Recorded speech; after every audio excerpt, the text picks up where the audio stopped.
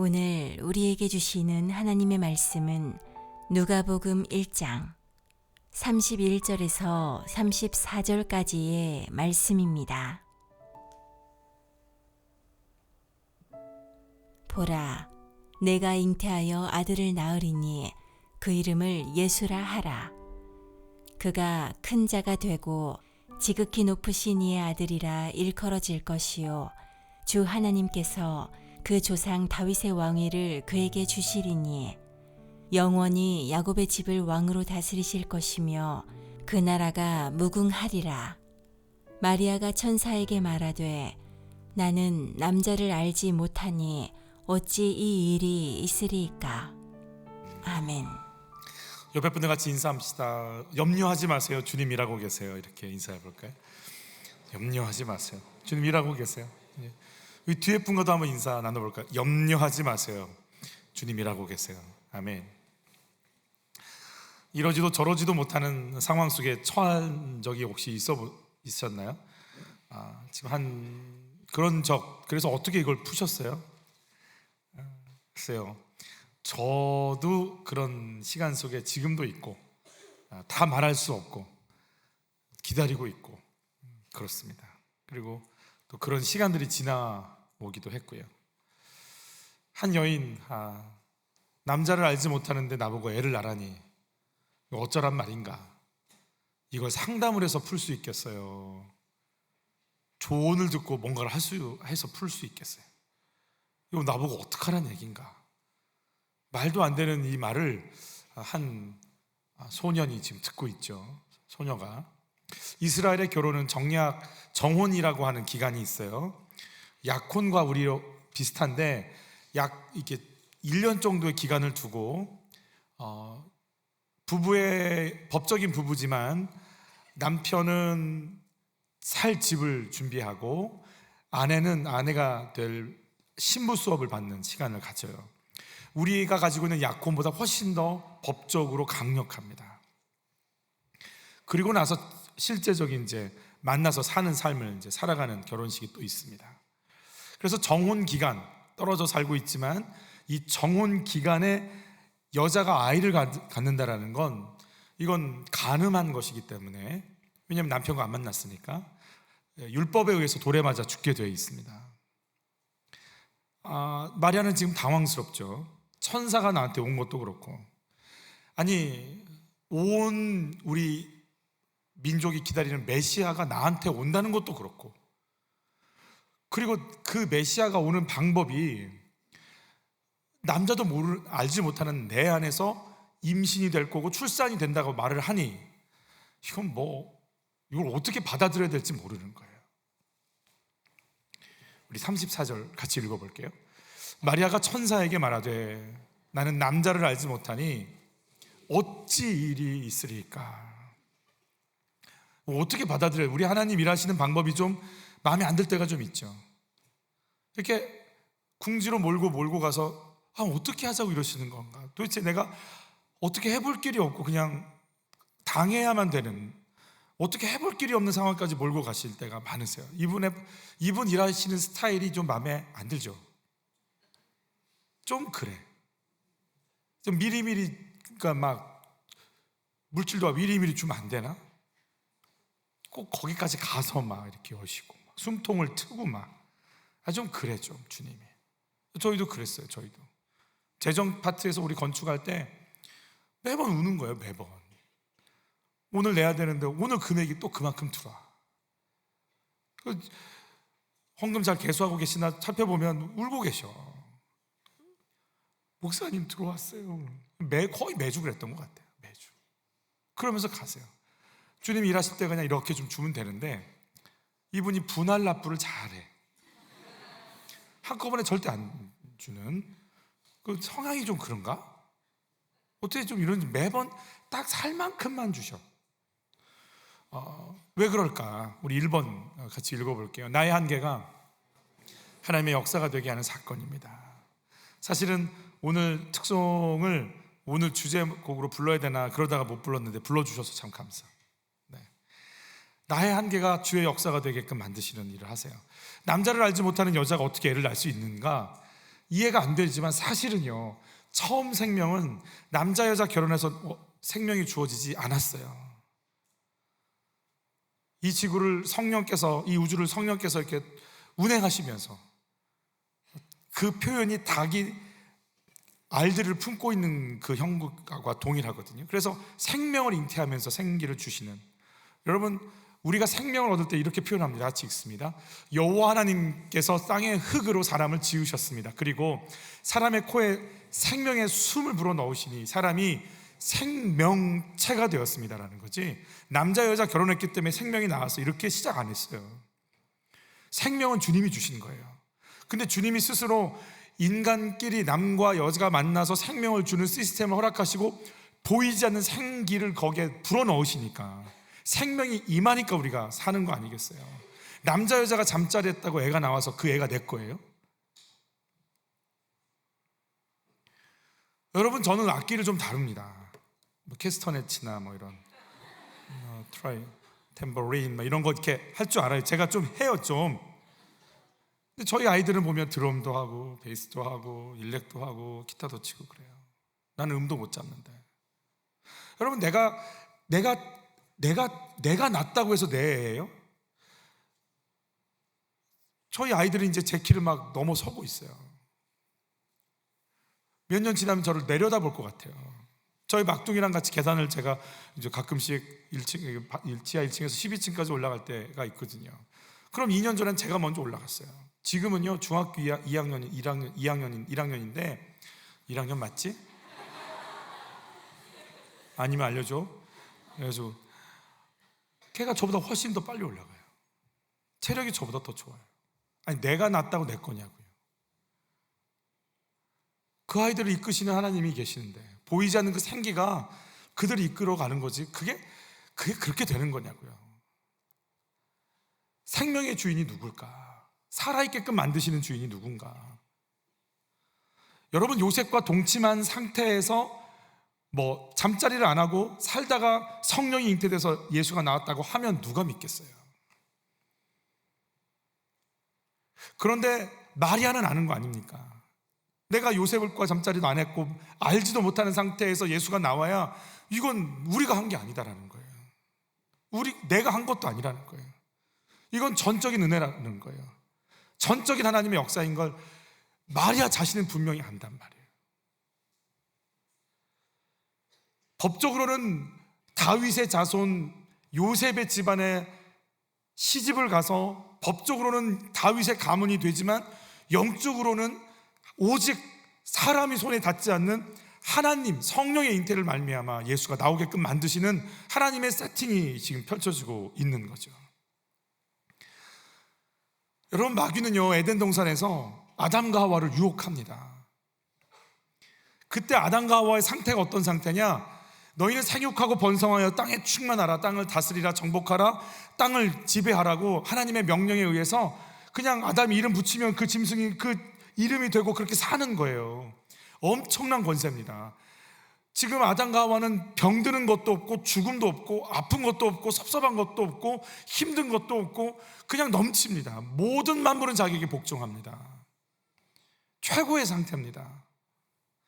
그래서 마귀가 뭐라고 부르냐면, 야, 다 좋은 건 알겠는데 이제 너 그걸로 멈추지 말고 눈 좀 떠. 눈을 떠서 하나님의 자리에 가. 네가 지금 못 가는 건 하나님 자리거든. 눈 뜨면 이제 하나님 말씀으로 사는 게 아니라 네가 지금 다 누리고 있는 거 마음껏 네 맘대로 더 할 수 있는데 뭐하러 지금 이러고 있어? 하나님이 지금 속이고 있는 건 너 몰라? 그걸 받아들였어요. 그리고 하나님의 자리에 오르려고 한 거죠. 여러분, 한번 물어볼게요. 내가 돈도 있고 내가 연봉도 세고 내 아내도 내 남편도 너무 마음에 들고 잘해주고 나에게 너무 스윗하고 내가 산 주식은 다 올라. 막 아멘 하고 싶은데 내가 손댄 부동산은 다 올라. 그냥 사람들은 나를 막 칭찬해. 막 너무 좋아해. 그럼 내가 예배를 드릴 이유가 있어요? 내가 기도할 이유가 있어요? 아니, 막 넘쳐나서 이거 자산 관리를 어떻게 해야 될지 너무 힘이 들 정도예요. 여러분, 막 아시겠죠, 이런 마음.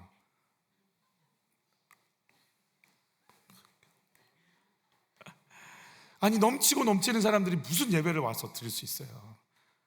예배 드릴 수 있죠. 유튜브 켜놓고 이렇게 여행 가면서 빨리 타 가게 유튜브 켜? 이러면 되지. 여러분, 우리가 그래서 선악과를 따서 눈이 밝아진다, 눈이 밝아지면 하나님처럼 된다 그래. 여러분 보세요.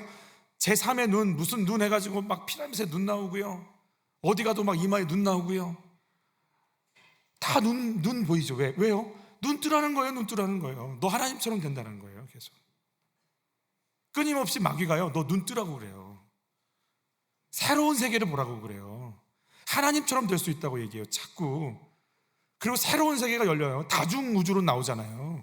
과거, 현재, 미래 왔다 갔다 하잖아요. 처음엔 이게 공상과학인 것 같죠? 여러분, 이게요, 왜냐하면 웬만한 걸로 타격을 안 받으니까, 우리들이 쇼킹한 걸 자꾸 던져줘야 우리가 타격을 받으니까 정말 계속 이런 것들이 계속 옵니다. 여러분, 그 속에 계속 보고 있잖아요. 나중에는 정말 내가 어디 있는지도 모르고요, 자꾸 이상해지게 돼 있어요. 뭐 신화, 과학, 전설, 뭐 모든 게 다 짬뽕돼서 막 나오죠. 우리가 다른 세계가 열린다고 자꾸 유혹해서 그 눈을 보라고 하는 거예요, 자꾸. 여러분, 내 영혼의 눈이 열리기를 축복하고, 마귀가 주는 그 유혹에 넘어가지 않고 중심을 잡고 내가 말씀 앞에 서 있기를 축복하는 거예요. 드라마 속에 한번 푹 빠졌다 나와 보세요. 말씀 그런 독특함 속에 한번 푹 빠졌다 나오면 기도 잘 안 돼요. 쉽지 않아요. 마귀는 그 전략을 갖고 우리에게 다가오거든요. 여러분, 보이지 않지만 생명의 주인이 하나님이신 것 인정이 되세요? 내가 숨쉬고 내가 움직이는 모든 게 지금 하나님이 주신 선물이고 은혜인 것이 인정이 되실까요? 내가 이러지도 저러지도 못하는 한계를 주신 이유는 사실은 하나님 앞에 내가 온전히 서야 되는 시간 때문에, 그 일 때문에 내게 주신 것들인데, 여러분, 하나님이 하시는 일을 드러낼 때 우리에게 가끔씩 한계를 경험시켜 주실 때가 있어요. 저는 이제 나사로에서 보면 참 그런 걸, 나사로 부활 사건을 보면 그런 게 잘 더 느껴지는데요. 한번 같이 읽어볼게요. 나사로가 병들었다 함을 들으시고 그 계시던 곳에 이틀을 더 유하시고 그랬어요. 자, 병들었다는 소식을 듣고 이틀을 더 유하셨다는 거예요. 이틀을 또 읽어볼게요. 이 말씀을 하신 후에 또 이르시되 우리 친구 나사로가 잠들었도다. 그러나 내가 깨우러 가노라. 제자들이 이르되 주여 잠들었으면 낫겠나이다 하더라. 예수는 그의 죽음을 가리켜 말씀하신 것이나 그들은 잠들어 쉬는 것을 가리켜 말씀하심인 줄 생각하는지라. 이에 예수께서 밝히 이르시되 나사로가 죽었느니라. 그러니까 예수님은요, 나사로가 죽은 걸 알아요, 몰라요? 명확히 아시죠. 자, 그리고 나서 예수님이 베다니 나사로 집에 갔을 때예요. 같이 읽죠. 예수께서 와서 보시니 나사로가 무덤에 있은 지 며칠 이미 나으리라 그랬어요. 우리 뒷문 열어주셔야 돼요. 자, 이게 무슨 말이냐면 처음에 왔을 때 이미 왔죠. 누가 왔어요? 소식을 전하는 자가 왔죠. 이게 하루 걸렸거든요. 그리고 예수님 며칠 계셨죠? 이틀 계셨죠. 그리고 예수님이 여기서 어떻게 갔죠? 베다니까지 또 하루를 갔죠. 그러니까 며칠이 걸린 거예요? 사흘이 걸린 거예요. 나흘이 걸려요. 나흘이. 이미 그러면 소식을 전하는 자가 출발했을 때 나사로는 어땠다는 거예요? 이미 죽었어요. 우리는 예수님이 나사로가 죽기를 기다렸는 줄 아는데 그렇지 않아요. 이미 소식을 전하는 자가 출발했을 때 나사로는 죽었어요. 그런데 그 소식을 들으시고 며칠을 더 유하세요? 이틀을 더 유하세요. 그리고 예수님이 베다니까지 가는데 또 하루가 걸리니까 나흘이 되는 거예요. 왜 그러셨을까? 왜 바로 안 가셨을까? 여러분, 유대인들은요 3일 동안 영혼이 떠돌아다닌다고 생각했고요, 다시 들어와서 깰 수 있다고 생각을 했어요. 그런데 이런 일들은요 굉장히 많아요. 임사체험이라고 그래서 죽었는데 다시 깨어난 분들의 기록들이 사실은 많아요. 그런데 어떤 일이 벌어지는 거예요? 아예 3일이 딱 지나서 4일째 되는 날, 그리고 시체에서는 무슨 냄새가 나요?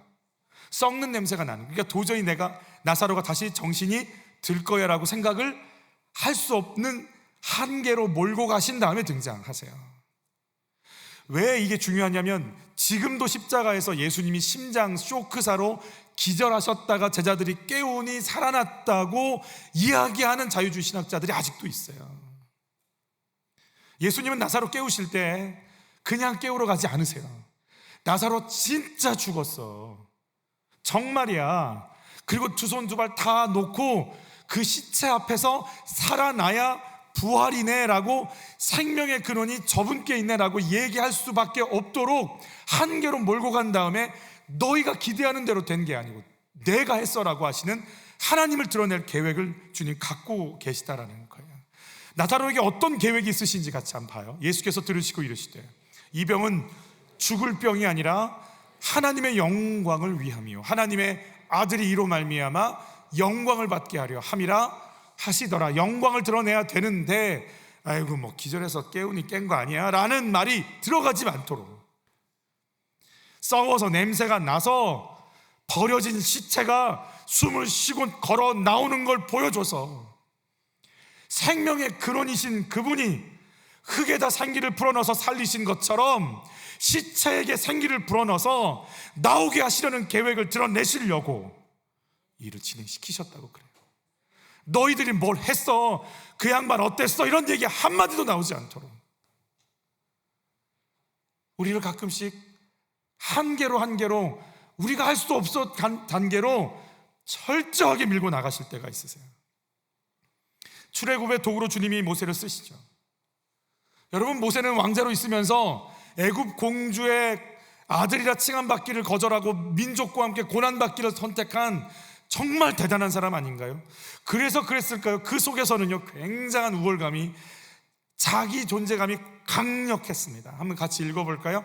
한 사람이 원통한 일 당함을 보고 보호하여 압제 받는 자를 위하여 원수를 갚아 애굽 사람을 쳐 죽이니라. 그러니까 애굽 사람이 이스라엘 괴롭히니까 모세가 그를 쳐 죽였어요. 애굽 사람을. 같이 읽죠. 그는 그의 형제들이 하나님께서 자기의 손을 통하여 구원해 주시는 것을 깨달으리라고 생각하였으나 그들이 깨닫지 못하였더라. 무슨 말이에요? 모세 왕자인 내가 좀 가서 이스라엘 사람 도우면 모세 왕자님 같은 분이 나타나셔서 이제 저런 분 따라가면 우리는 이제 노조를 결성해서 애굽과 뭔가 협상을 하든지 뭐 할 수 있어, 나 저분 통해 뭐 할 수 있어라고 막 자기를 따라올 거라고 모세가 굳게 믿었어요. 그런 마음을 갖고 있는 모세에게 어떤 일이 일어났냐면, 이스라엘 사람들끼리 싸우니까 그러지 말라고 이제 말리는 일이 벌어져요. 그런데 어떻게 반응이 나오느냐? 같이 읽습니다. 그 동물을 해치는 사람이 모세를 밀어뜨려 이르되 누가 너를 관리와 재판장으로 우리 위에 세웠느냐? 내가 어제는 애굽 사람을 죽임과 같이 또 나를 죽이려 하니. 그랬어요. 애굽 왕자한테 이럴 수 있어요? 노예가? 있을 수 없는 일이죠. 밀치고 꾸짖는 건 이미 모세의 신분을 이들이 안다 모른다 알기 때문에 하는 거예요. 너 팔자 좋게 그쪽에 가갖고 입양돼서 모를 줄 알아 너? 이러고. 자, 그런데 너 관리도 아니야, 재판장도 아니야, 네가 뭔데 우리를 뭐라 이래라 저래라 해. 같이 읽죠. 모세가 이 말 때문에 도주하여 미디안 땅에서 나그네 되어 거기서 아들들을 낳으니라. 이 말 때문에 도망가요. 네가 관리야? 재판장이야? 뭐 잘났어 너. 이 한마디. 여러분, 교회에서 나 인정 안 해주면 어때요? 슬퍼요? 아니면 괴로워요? 아니면 힘들어요? 아니면 아파요? 뭐? 여러분, 나 인정 안 해주면 어떤 마음 들어요? 모세는요 나를 인정을 안 해줘. 여러분, 교회에서 나 인정 안 해주면 교회 다녀야 돼요? 다녀야 돼요? 인정 안 해준, 다시 나 인정 안 해준다니까 지금 어때요? 그러면 모세는요 이 말 때문에 미디안으로 가버려요. 그러니까 하나님이 원하는 게 뭐냐? 네가 뭔데? 이 한마디에 그냥 모세는 인생 다 건 사명 그냥 한순간에 사라지게 만들어요. 그게 모세예요. 하나님이 모세를 말 한마디로 그냥 토라지고 주저앉을 사람 모세를 쓰고 싶은 게 아니라 아브라함에게 맺은 언약 1000년이 지나도 그대로 진행시키실 변함이 없는 언약 붙잡고 사역할 수 있는 사람이 되기를 원하셔서 모세 안에 있는 자기 열심, 자기 자존, 자기 생각 빼내세요. 우리 그 장면 한번 볼까요? 40년이 참에 천사가 시내산 광야 가시떨 나무 떨기 불꽃 가운데서 그에게 보이거늘 그랬어요. 40년이 찼다라는 표현이 무슨 표현이에요? 뭐가 빠져나가는 거예요? 모세 안에 있는 자기 생각, 자기 열심, 그거 빼내시는 거예요. 여러분, 이게 빠져야 그 다음 내 한계 속에서 아무것도 못하는 인생이네, 이러고 그걸 빼버리셔야 그 다음 하나님 일하실 수 있는 하나님의 사람으로 쓰임받을 수 있어요. 여러분, 그래서 모세를 세 분류로, 인생을 세 번으로 나누는데, 왕자의 자리 40세까지 나는 할 수 있다예요. 목동의 자리, 미디안 광야의 목동 80세까지 나는 할 수 없다예요. 그리고 하나님의 붙잡음 속에서 인도함 받는 120세까지 저 따라서 하세요. 나는 할 수 없지만, 나는 할 수 없지만 주님이 하시면 됩니다. 주님이 하시면 됩니다.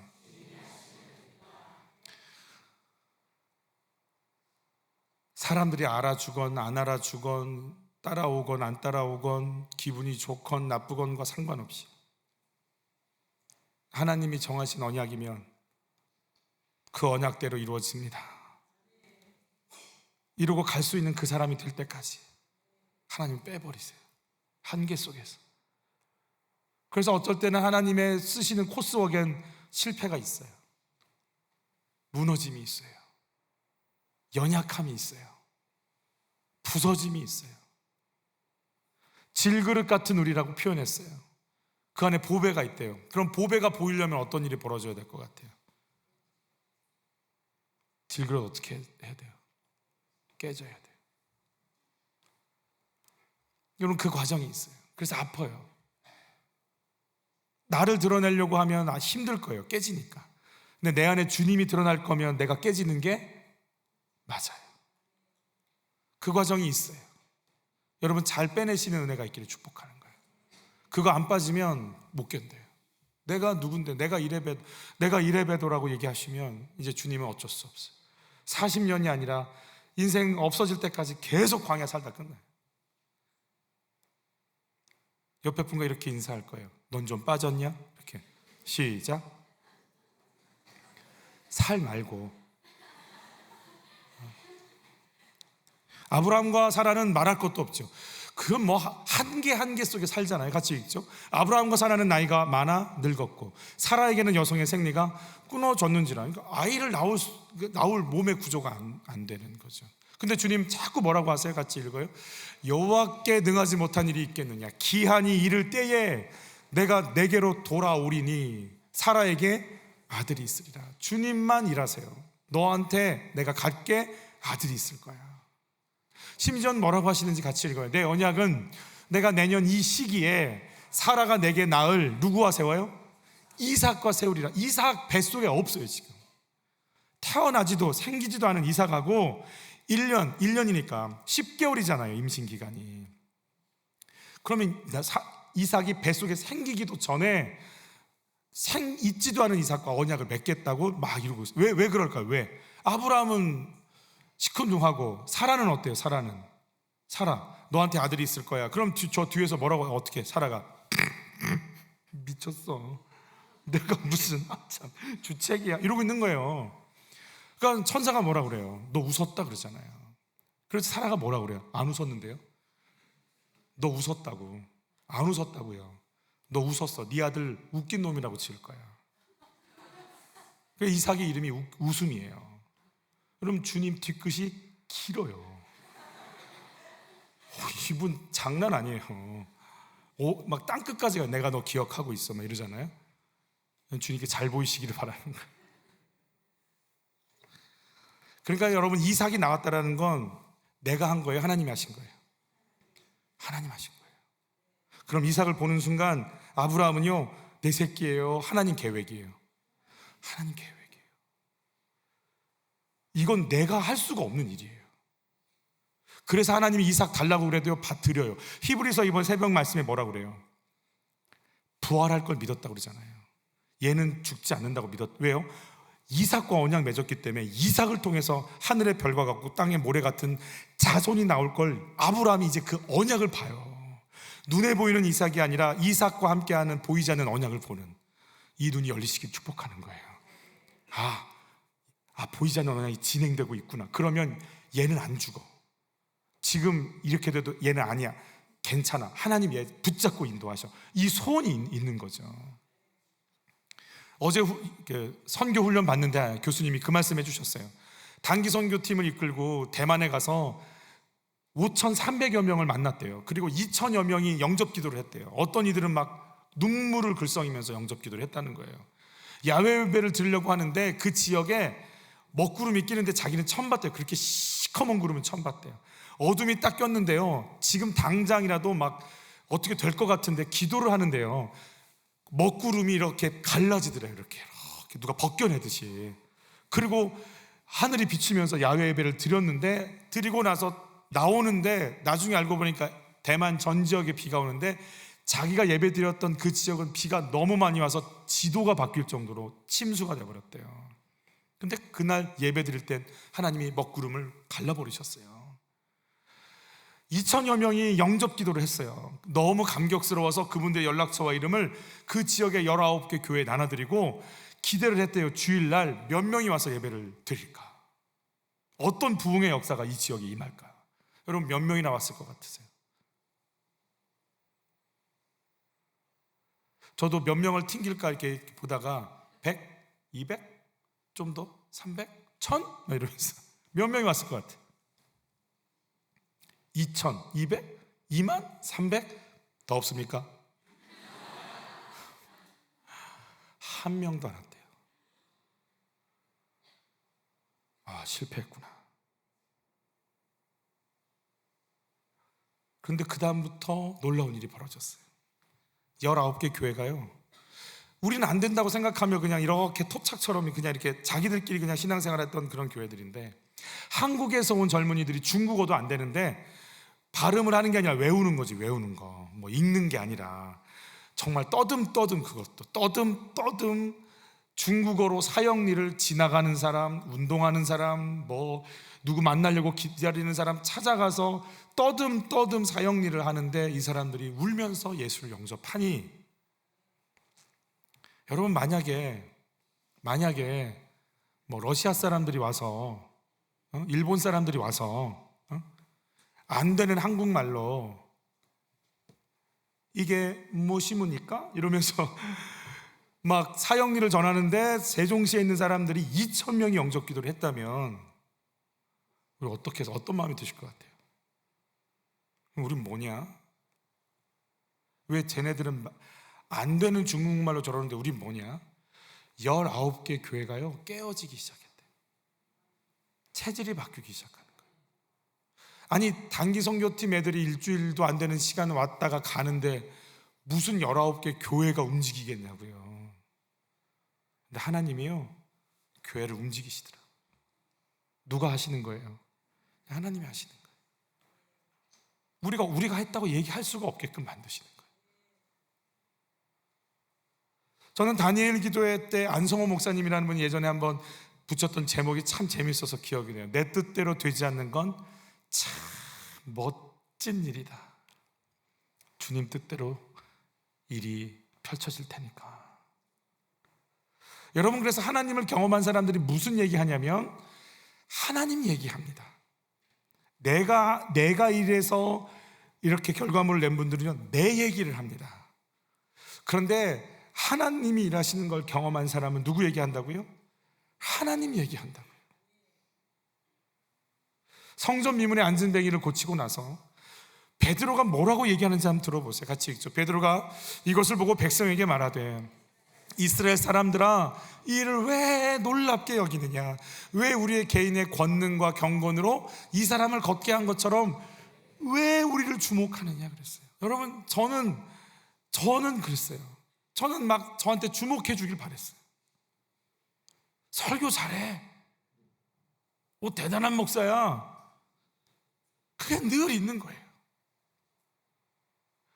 근데 가끔씩 정말 그래요. 어쩔 때는 믿거나 말거나 하는데 토요일 저녁까지 원고를 어떻게 써야 될지 모를 때가 있어요. 정말 믿음이 그때 좋아져요. 주님밖에 안 보여. 정말 주님밖에 안 보여. 여러분, 왜 날 주목하느냐? 그럼 누구 주목해야 돼요? 너희가 죽인 그 예수, 너희가 십자가에 달아 죽인 그 예수가, 그 예수의 이름이 이 사람을 지금 일어나서 뛰게끔 만들었는데 우리가 한 것처럼 왜 우리를 주목하느냐? 예수의 이름에 주목하라. 여러분, 한빛교회가 예수님 드러내는 교회이기를 바라는 거예요. 한빛교회 얘기하는 거 아니에요. 예수님 얘기하세요. 아멘? 아멘. 바울이 뭐라고 고백해요? 여러분, 가는 곳마다 병자가 치유받고 귀신이 떠나가고 바울의 앞치마만 던져도 병자가 나았다. 그 앞치마가 우리가 알고 있는 에프론이 아니라 우리 천막 기는 사람이니까 공구들을 넣는 작업 그걸 거라고 예상을 하거든요. 그걸 던졌는데도 병자가 낫는, 그림자만 덮여도 치유와 귀신이 떠나가고 교회들이 세워지고 하나님의 역사가 이 땅에 오는 바울을 향해서 당신 왜 이렇게 대단합니까? 라고 사람들이 쳐다보니 바울이 하는 말 같이 읽죠. 내가 나 된 것은 하나님의 은혜로 된 것이니 내가 내게 주신 그의 은혜가 헛되지 아니하여 내가 모든 사도보다 더 많이 수고하였으나 내가 한 것이 아니요 오직 나와 함께 하신 하나님의 은혜로라. 왜요?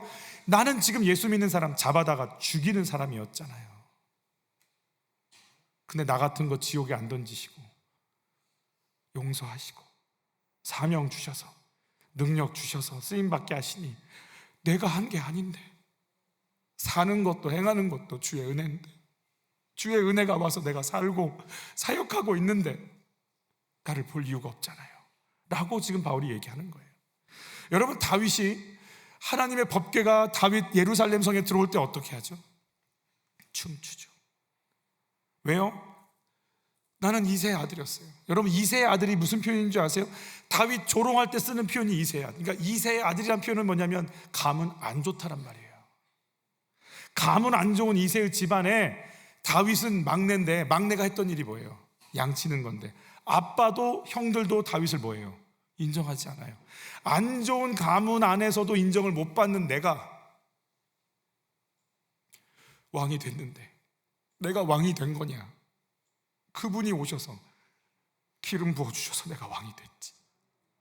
내가 왕이냐? 그분이 왕이시지. 내 위에 그분이 계신데, 그분이 오셨으면 그분이 오신 영광 속에 기뻐서 춤을 추겠다는데, 여러분, 아내 미갈이 뭐라고 그래요? 채통 없이 왕이 그랬다고 하니까 다윗이 하는 말이, 내가 오늘날 더 낮아지고 더 천하게 보일지라도 나는 여호와 앞에서 춤을 추리라. 그게 내가 할 일이니까.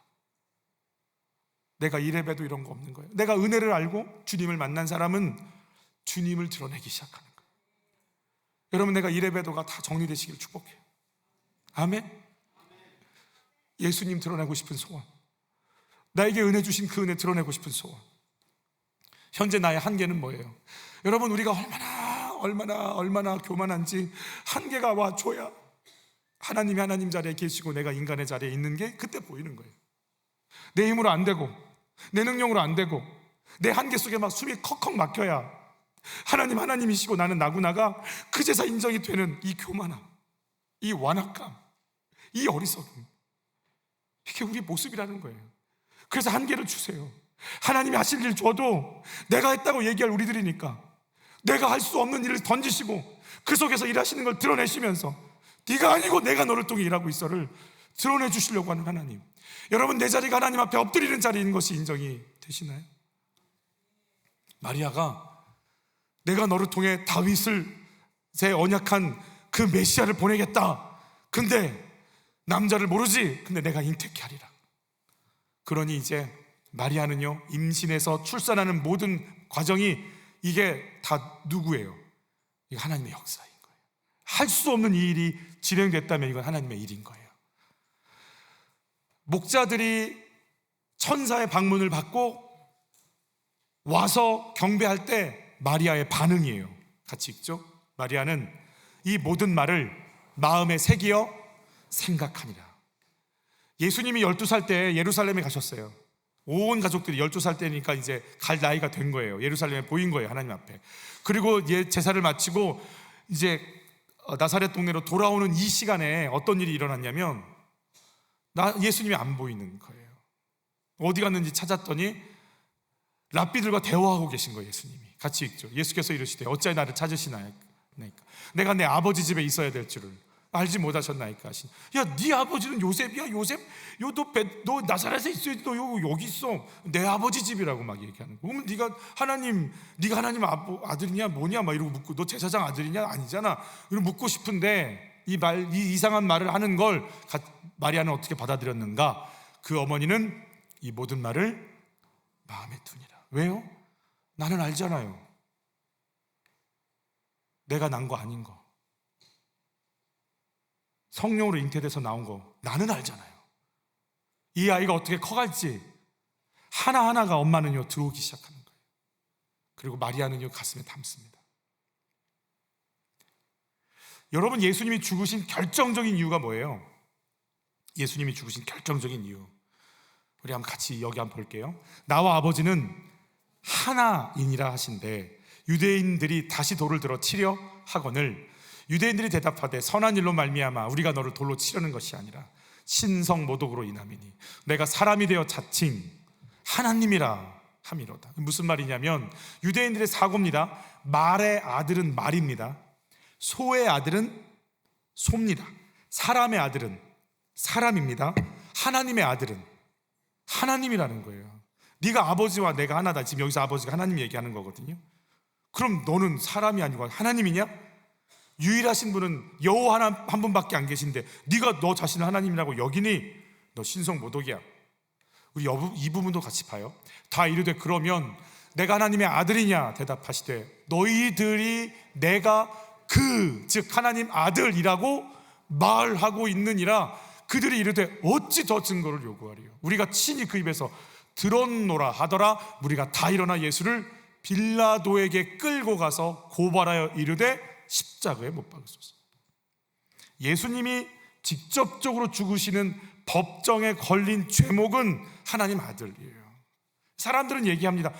너 요셉의 아들, 목수의 아들, 너 요셉의 아들, 마리아 아들이야. 아니면 학자들은 얘기합니다. 자유주의 신학 라인에서는 로마 군병하고 그렇게 해서 낳는데 마리아가 자기 죄 숨기려고 하나님 아들이라고 했어. 그래서 이게 영화화되고 소설화도 돼서 지금 나오잖아요. 누구는 알까요? 예수가 이 성령으로 잉태해서 이 땅에 오신 분이라는 걸 경험으로 아는, 물론 성령의 도우심으로도 알지만 경험으로 아는 유일한 단 한 사람 누군가요? 마리아는 아는 거 아니겠어요? 내가 남자를 모르는데 잉태했는데. 여자는 알 거 아니냔 말이에요. 여자는. 근데 내 사랑하는 아들이 하나님의 아들이라는 죄목으로 죽어가요. 그럼 엄마는 뭐라고 얘기를 해야 돼요? 그때 평균 연령이 40세 이상이에요. 50세가 안 돼요. 그러면 마리아 나이는요 지금 우리로 따지면 90세 100세예요. 살 것 다 산 할머니가 내 죄 때문에, 만약에 그렇게 해서 예수가 착각해서 하나님 아들이라고 자기가 생각했다면 내 죄 때문에 내 아들이 지금 저기서 십자가에서 죽어가고 있는데 뭐라고 얘기를 해야 되냔 말이에요. 아니야 예수야, 내가 나 사실은 무서워서 그랬어. 나 로마 군병하고 그렇게 해서 났어. 내가 수치를 감추려고 거짓말한 거야. 내려와, 너 하나님 아들 아니야, 미안해, 내려와, 너 잘못됐어 라고 얘기를 해줘야 될 거 아니에요. 여러분, 십자가형에 처했을 때 예수님은 채찍질 당하십니다. 40에 하나 감한 매를 맞습니다. 온몸이 뜯깁니다. 피범벅이 됩니다. 피범벅이 된 데에 홍포를 입힙니다. 그리고 십자가 질 때 벗깁니다. 여러분, 피범벅이 된 상태로 천을 덮고 그 천을 뜯어내면 어떤 일이 벌어지는지 아세요? 네? 뭐가 같이 뜯어질까요? 살이 같이 뜯어져. 이게 무슨 효과인 줄 아세요? 화상 입은 효과래요. 인간이 가장 고통을 느끼는 게 화상 입은 상태래요. 예수님은 그래서 더 빨리 돌아가실 수밖에 없는 거예요. 온몸에 피가 나니까. 그리고 올라가셨어요. 온몸을 몸부림치며 죽어가요. 이스라엘에 계셨던 집사님이 말씀해 주시더라고요. 여기 있는 가시가 아니래요. 가시 면류관 가시가. 우리가 알고 있는 가시는 이 정도죠. 거기는 훨씬 길대요. 그럼 이런 가시들이 온몸에 머리에 박혀서 피가 나는 그 상태로 피투성이가 돼서 죽어가는 아들을 보면서 엄마가 뭐라고 얘기하냔 말이에요. 내 죄 때문에 죽는다며. 근데 마리아는요, 만약 자기 자식이 그렇게 죽어가는 걸 쳐다볼 엄마도 없을 뿐더러 그 자리에 있었다면 기절하든지. 그런데 엄마인 마리아가요, 예수님이 십자가에서 물과 피를 흘리면서 죽어갈 때요, 그 자리를 꼿꼿이 지키면서 쳐다보는 거 아니겠어요? 왜요? 너는 아니까 성령으로 잉태돼서 하나님의 일을 감당한 예수님의 삶을 가슴에 담아두면서 쳐다봤으니까 그 자리를 견디면서 예수를 보는 거 아니겠냔 말이에요. 예수가 하나님으로 오신 동정녀로 성령으로 잉태한 것을 아는 유일한 단 한 사람, 경험으로 온몸으로 경험한 한 사람, 마리아. 그는요, 그 예수의 증인이 돼서 당신이 하나님 아들 맞소, 당신 맞소, 내 배에서 나왔지만 성령으로 잉태되어 하나님의 일을 쓰는 당신 맞소, 요동함 없이 쳐다보고 있는 마리아. 십자가에서 돌아가시기 직전에 예수님께서 그 사명을 감당한 마리아를 보고 이렇게 말씀하시죠. 같이 읽죠. 예수께서 그의 어머니와 그 곁에 사랑하는 제자가 서 있는 것을 보시고 어머니를 향해 말씀하셨습니다. 여자여 보십시오, 어머니의 아들입니다. 사도 요한에게 어머니, 여인이여, 당신의 아들입니다. 이제 당신을 부양할 자입니다. 수고하셨습니다. 그 위기, 그 한계, 그 답답함에서 당신은 그 자리를 지키셨고, 이제 저는 제 사명 감당하며 십자가를 집니다. 당신의 노를 내 제자가 책임질 겁니다. 저는 이 말을 할 때 예수님의 눈빛과 마리아의 눈빛이 마주쳤을 거라 생각이 들어요. 마리아는 서서 쳐다봤을 거 아닙니까? 하나님이십니다. 당신은 하나님이십니다. 여러분, 예수님이 죽으실 때 하늘이 빛을 잃고 진동이 나고 지진이 일어나고 무덤 문들이 열리고 부활하시고 나서 승천하시는 그 모든 장면들마다 마리아는 예수님 지켜봤을 겁니다. 심지어는 예수님의 유언대로 어디까지 가 있어요? 성령 받기 위해서 마가의 다락방까지 가서. 왜요? 내 아들이 아니라 누구니까? 하나님의 아들이니까. 어느 여자가 내 죄로 말미암아 아들이 죽어갈 때 목숨 구걸하려고, 나는 아니라고, 저 사람 잘못이라고 얘기할 수 있는 여자가 어딨냔 말이에요. 마리아를 통해서 성경은 말하고 있는 거예요. 마리아는 알지 않느냐? 저는 그 예수님의 눈빛과 마리아의 눈빛이 마주쳤을 것 같아요. 그 깊은 가시에 찔려서 온 얼굴은 피와 먼지와 땀으로 범벅이 된 상태로 간신히 눈을 뜨고 마리아를 쳐다보는, 아마 예수님의 눈에 모세혈관이 다 터져서 붉은색 눈빛이었을 거예요. 저는 그 눈빛이 마리아를 향해 말씀하시는 거 아니에요? 사명 잘 감당하셨어. 저는 예수님의 이 눈빛이 여러분에게 비추시기를 축복해요. 어제 설교 준비하면서 이 장면이 떠올라서 참 쉽지 않았어요, 마음이. 예수님 저 쳐다보시는 것 같아가지고, 너는 나를 누구라 하느냐? 완규야, 너는 나를 누구라 하느냐? 날 위해 죽어가시면서 예수님이 여러분을 쳐다보면서 물으실 것 같아요. 너는 나를 누구라 하느냐?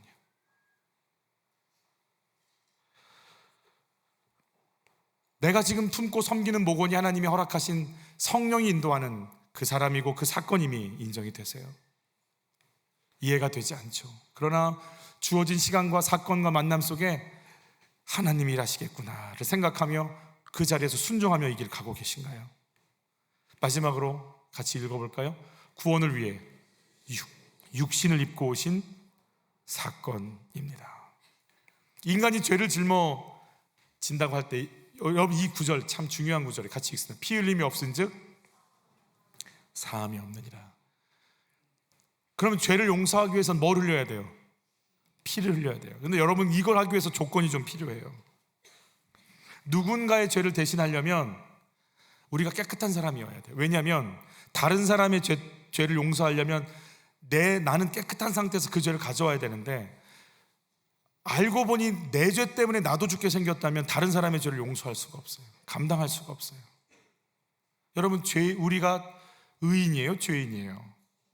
죄인이에요. 우리 죄인이에요. 여러분 우리 생각 속에 1분 안에 얼마나 많은 생각을 우리가 하는 줄 아세요? 그 속에 얼마나 많은 음란이, 얼마나 많은 혈기가, 얼마나 많은 미움들이 그냥 심장에서 피를 펌프질 하듯이 내가 그 생각 속에 빠져 있는지 아세요? 찬양하는 사람 쳐다보면서 어떤 생각하세요? 응? 하나님 찬양해요? 쟤는 말이야 수많은 생각들이 와요. 찬양하는 시간에도 모여서 목장 모임하는데 막 나누고 있으면 막 거룩해져요? 아니에요. 판단하고 머리는 계속 판단하고 있어요. 예배드리고 일어나야 되는데 옆에 사람 맡기고, 여러분 3부 때는 좀 나은데요 2부 때는 의자를 놔도 모자라요. 여러분 일어났는데 가야 되는데 배고픈데 막 기도하고 있어. 막 기도하고 있어. 어떻게 해야 돼? 속으로 어떤 마음이 올라와요? 혼자 은혜 봐도 진짜. 그리고 이 사람 막 일어나는 척 했더니 화장지 가지러 가. 계속 울어. 계속 기도해. 그럼 여러분 어떤 마음이 들어요? 뭐야, 은혜 받고 일어나는데도 화가 나요. 제일 은혜가 많은 데가 어디라고 그래요? 주차장. 뭐 차 안 빼, 짜증나 막 이러고. 우린 예배 드리면서도요 막 견딜 수가 없어요. 우리가 그냥 다 틀어놔요. 우린 의인 아니에요. 우린 죄인이에요. 그럼 내 죄 때문에 죽지 남의 죄 때문에 감당할 수 없는 거예요. 그게. 그럼 내 죄 때문에 죽으면 여러분 의인은 도대체 누가 있는 거예요? 도대체 이 세상에 없다면 누구만 의인이 있어요? 죄 없는 분은 누구세요? 하나님밖에 없어요. 그러면 하나님이 피 흘리셔야 되는데, 하나님이 피 흘리려면 하나님은 영이시니 신령과 진정으로 예배드릴지니라. 이 말이 무슨 말인 줄 아세요? 하나님이 육체가 아니란 말이에요. 피 흘릴 수가 없어요. 그래서 깨끗하시면서 죄가 없으신 하나님이시면서 뭐가 있으셔야 돼? 육체가 있으셔야 돼. 그래서 영이시면서 육체를 입고 오시려고 이 땅에 오신 하나님을 우리가 누구라고 불러요? 성자 예수 그리스도라고 부르는 거예요. 그래서 육신을 입고 피를 흘리시기 위해서 철저하게 인간으로 오셔야 되니까 10개월 동안 점 한 점이 돼서 마리아의 뱃속에 붙어 있는 이유가 뭐예요? 육신을 입고 이 땅에 오시려고 하는 하나님의 구원 계획이 진행되어야 되기 때문에 여자의 몸을 통해서 오시겠다라는 거예요. 그래서 우리의 구원을 이루셔야 되는 분은 온전한 하나님이시며 온전한 인간이 되셔야 되는 유일한 단 한 분, 누구? 예수님이셔야 되는 거예요. 저는 이 예수님에 대한 신앙 고백이 여러분 속에 성령의 도우심으로 중심을 잡고 세워지시기를 예수 이름으로 축복합니다. 하나님의 공의를 이루고 사랑을 이룰 수 있는 자리는 십자가예요. 죄를 형벌해서 씻어버리고 죄에서 건지실 수 있는 그곳이 하나가 돼서 나올 수 있는 유일한 자리, 십자가. 그걸 감당하실 수 있는 유일한 한 분, 예수 그리스도. 여러분, 온전한 사람이 되신 예수님을 경험하시기를 축복합니다. 내가 예수의 피 흘림 속에서 하나님의 사람으로 살고 있음을, 그래서 그 은혜 속에 살고 있음을, 작은 점이 되어 매달리신 예수님 보이세요? 구원의 역사를 위해서 그 작은 점이 돼서 매달려서 내가 지켜야 될 내 자리는 어디일까요? 여러분, 이 은혜가 여러분에게 임하시길 바랍니다. 이순신 어디 갔어요?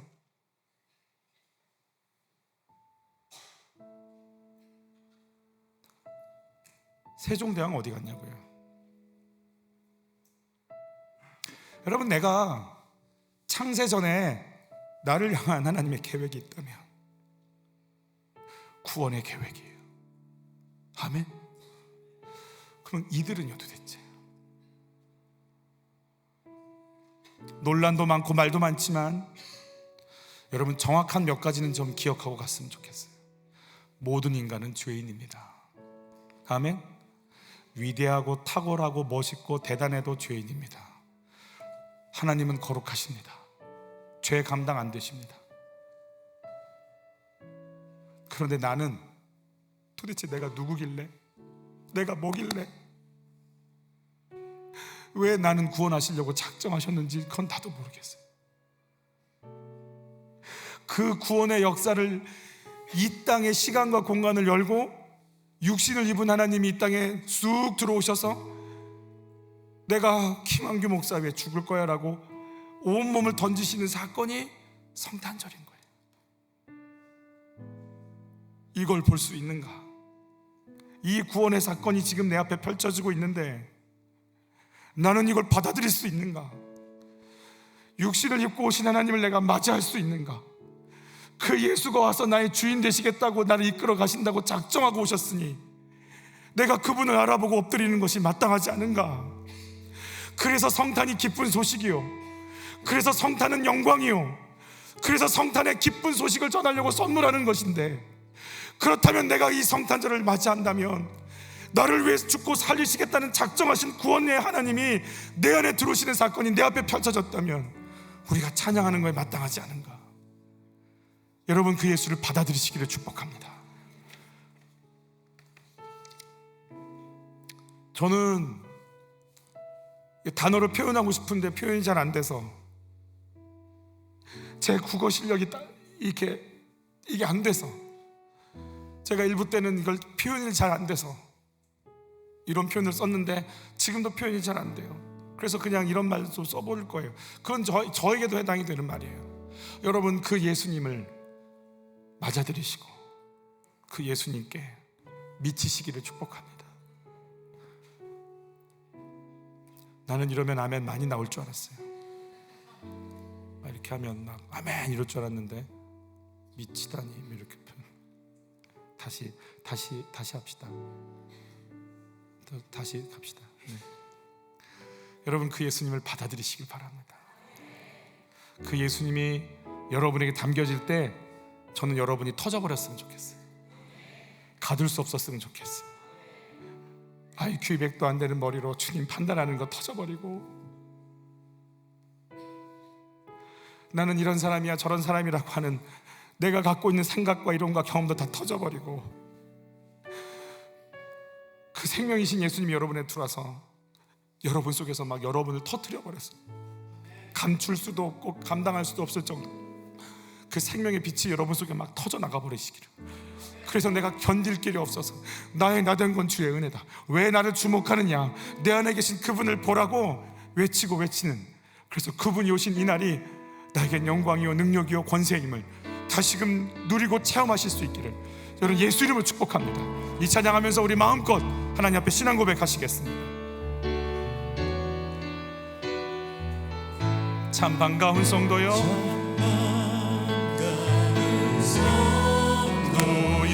다 이리 와서 베들레헴 성안에 가봅시다.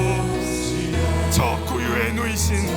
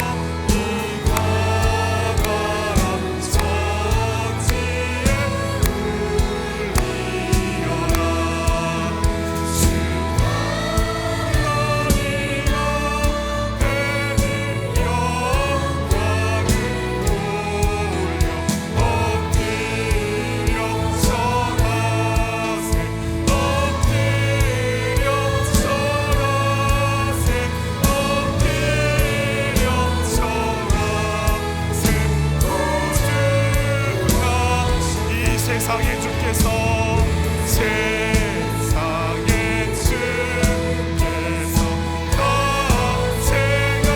참 신과 참 사람이 되시려고 참 사람이 되시려 저 동정녀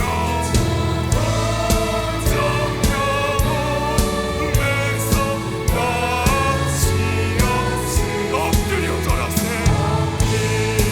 엎드려 절하세 엎드려 절하세 엎드려 절하세 구주 나셨네 여호와의 말씀이 되시느니라 날 구원한 구주가 되셔 늘 감사한 찬송을 주 앞에 드려 엎드려 절하세 엎드려 절하세 엎드려 절하세 구주 3절입니다. 이 세상의 주께서 세상의 주께서 탄생할 때에 참 신과 참 사람이 되시며 아멘 저 동정녀 몸에서 나시었으니 엎드려 절하세 엎드려 절하세 엎드려 절하세 구주 여호와의 말씀이 육신을 입어 여호와의 말씀이 육신을 날 구원한 구주가 되셔 늘 감사한 찬송을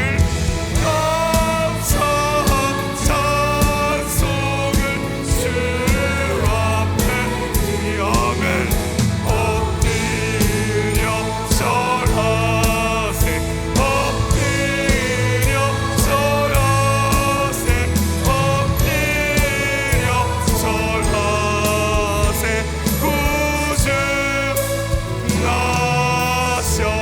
나셨네. 이 시간 이렇게 기도할 거예요. 하나님, 예수님이 이 땅에 오신 거 제가 받아들일게요. 온 몸, 온 마음, 온 삶을 다해 받아들일게요. 예수님 저를 다스려 주세요. 예수님 저를 통치해 주세요. 예수님 당신이 나의 왕이세요. 당신이 나의 구주 되세요. 여러분 이 고백과 이 찬양을 드릴 때 여러분 육체에서 여러분의 내면에서의 치유가 시작이 될 거예요. 병든 몸이 치유받을 거예요. 상처난 부분이 아물기 시작할 거예요. 왜곡된 마음들이 바로 서게 될 거예요. 생각과 마음들이 다시금 서게 될 거예요. 내가 이 땅에 어떻게 살아야 될지 다시금 이해할 수 없는 하늘의 신령한 것들이 임하는 걸 경험하게 될 거예요. 하나님, 예수님 내 안에 오신 것 내가 받아들입니다. 제가 온전히 받아들이겠습니다. 예수님의 통치를 경험하겠습니다. 예수여 나를 만져주시고 내 삶의 주인 되어 주옵소서. 주여 한번 외치고 기도로 나갑니다. 주여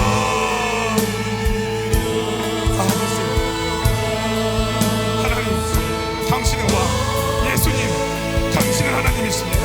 예수님 당신은 동정녀로 이 땅에 오신 성령을 잉태하신 하나님이시며 온전한 하나님이시며 온전한 사람이신 예수님 당신은 하나님, 예수님 당신은 구원자.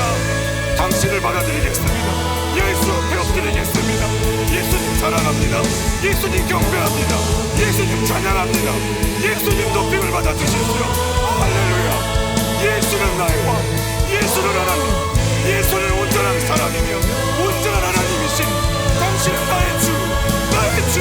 예수는 나의 주, 예수는 나의 주, 예수는 나의 생명. 받아들이게 하소서, 받아들이게 하소서. 이 생명이 그대로 진격해 들어올 수 있도록 주시옵소서. 이 시간 질병에 묶여있는 것, 물질에 묶여있는 자들이, 어둠에 묶여있는 자들이 부러지기를 원합니다. 악몽을 꾸는 자들이, 서러움이 있는 자들이, 물질의 문제들이 부러질지어다. 두려움에 떠나갈지어다. 생명과 능력의 역사가 진행되게 도와 주시옵소서.